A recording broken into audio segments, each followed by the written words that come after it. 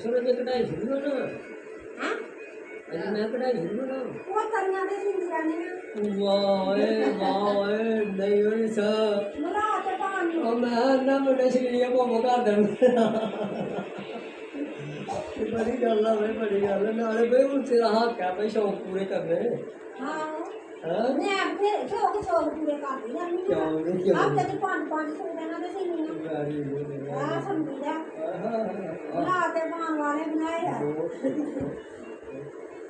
ਐਨ ਕੀਰੇ ਜਿਹੜੇ ਰਾਤ ਨੂੰ ਪਾ ਕੇ ਜਾਗਣਾ ਐਨ ਮਾਰ ਕੇ ਸਕਦੇ ਤੇ ਬੜਾ ਜਾਗਣਾ ਹੋ ਸੇ ਐ ਜਿਹੜੇ ਸਵੇਰ ਨੂੰ ਪਾਣੀ ਆਉਂਦਾ ਵਾਹ ਜੀ ਵਾਹ